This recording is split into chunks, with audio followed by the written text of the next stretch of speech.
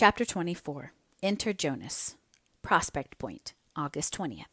If you are enjoying this audiobook, please take a moment to like and subscribe so I can continue to make content just like this.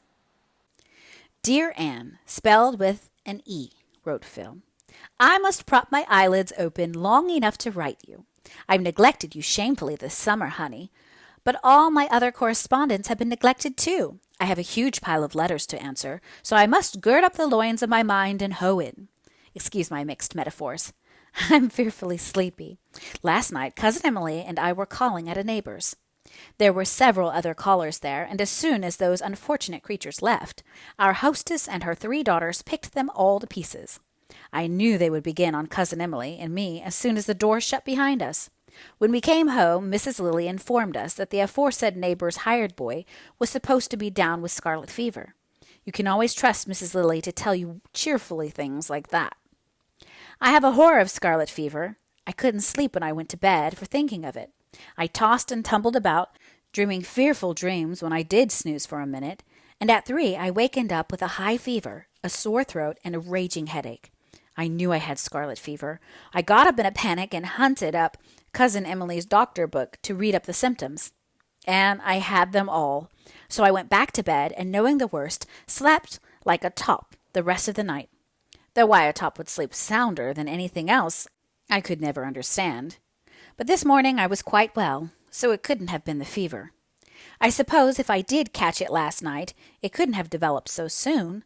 I can remember that in daytime, but at 3 o'clock at night I never can be logical. I suppose you wonder what I'm doing at Prospect Point. Well, I always like to spend a month of summer at the shore, and Father insists that I come to his second cousin Emily's select boarding house at Prospect Point.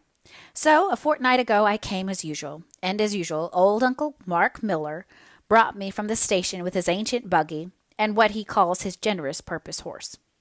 He's a nice old gentleman, and gave me a handful of pink peppermints. Peppermints always seemed to me such a religious sort of candy. I suppose because when I was a little girl, Grandmother Gordon always gave them to me in church. Once I asked, referring to the smell of peppermints, "Is that the odor of sanctity?"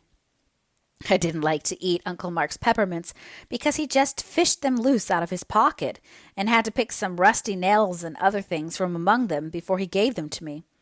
But I wouldn't hurt his dear old feelings for anything, so I carefully stowed them along the road at intervals. When the last one was gone, Uncle Mark said, a little rebukingly, "You shouldn't ate all them candies to once, Miss Phil. You'll likely have the stomach ache." Cousin Emily has only 5 boarders besides myself, 4 old ladies and 1 young man. My right-hand neighbor is Mrs. Lilly. She is one of those people who seem to take a gruesome pleasure in detailing all their many aches and pains and sicknesses. You cannot mention any ailment but she says, shaking her head, "Ah, I know too well what that is." And then you get all the details.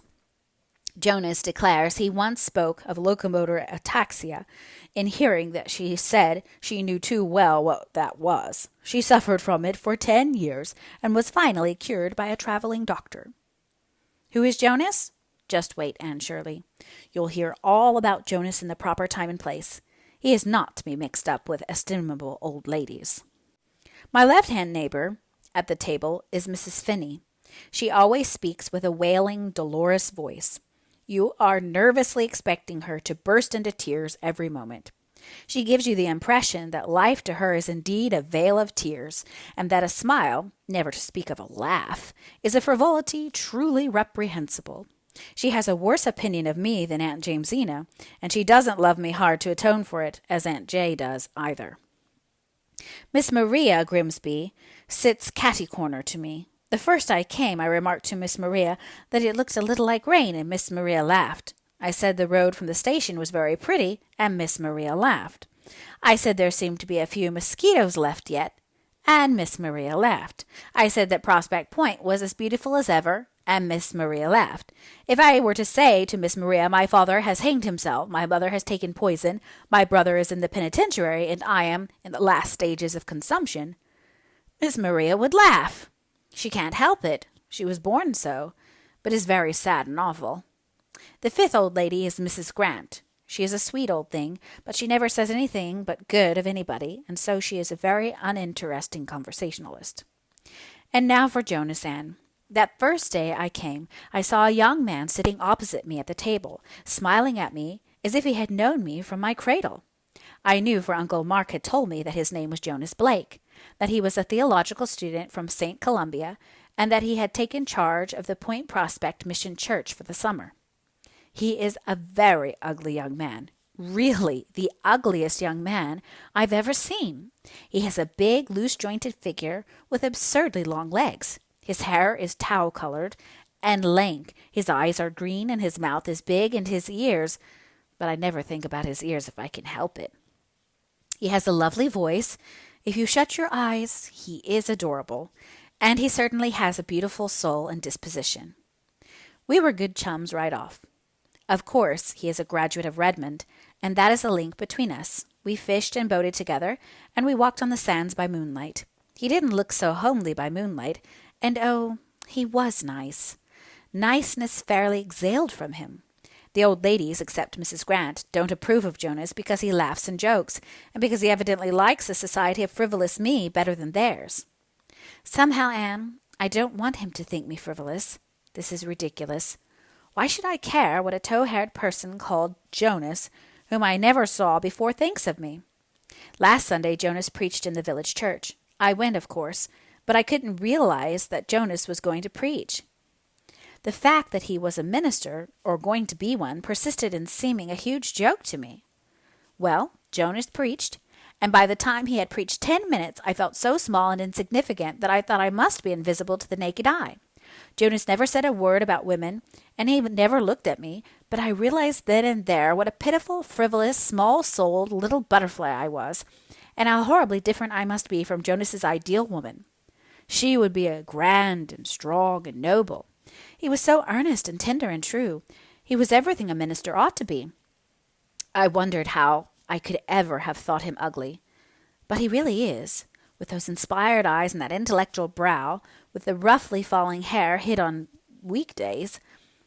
It was a splendid sermon, and I could have listened to it forever, and it made me feel utterly wretched. Oh, I wish I was like you, Anne. He caught up with me on the road home and grinned as cheerfully as usual, but his grin could never deceive me again. I had seen the real Jonas. I wondered if he could ever see the real Phil, whom nobody, not even you, Anne, has ever seen yet. Jonas, I said. I forgot to call him Mr. Blake.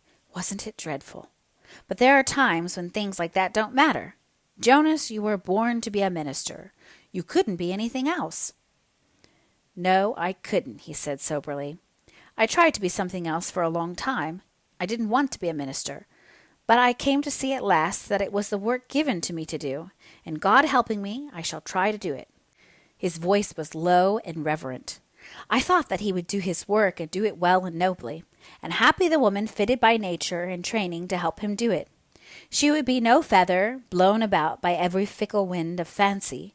She would always know what hat to put on. Probably she would have only one. Ministers never have much money. But she wouldn't mind having one hat or none at all, because she would have Jonas. Anne Shirley, don't you care to say or hint or think that I've fallen in love with Mr. Blake? Could I care for a lank, poor, ugly theologue named Jonas? As Uncle Mark says. It's impossible, and what's more, it's improbable. Good night, Phil. P.S. It is impossible, but I am horribly afraid it's true. I'm happy and wretched and scared. He can never care for me, I know. Do you think I could ever develop into a passable minister's wife, Anne? And would they expect me to lead in prayer? P.G.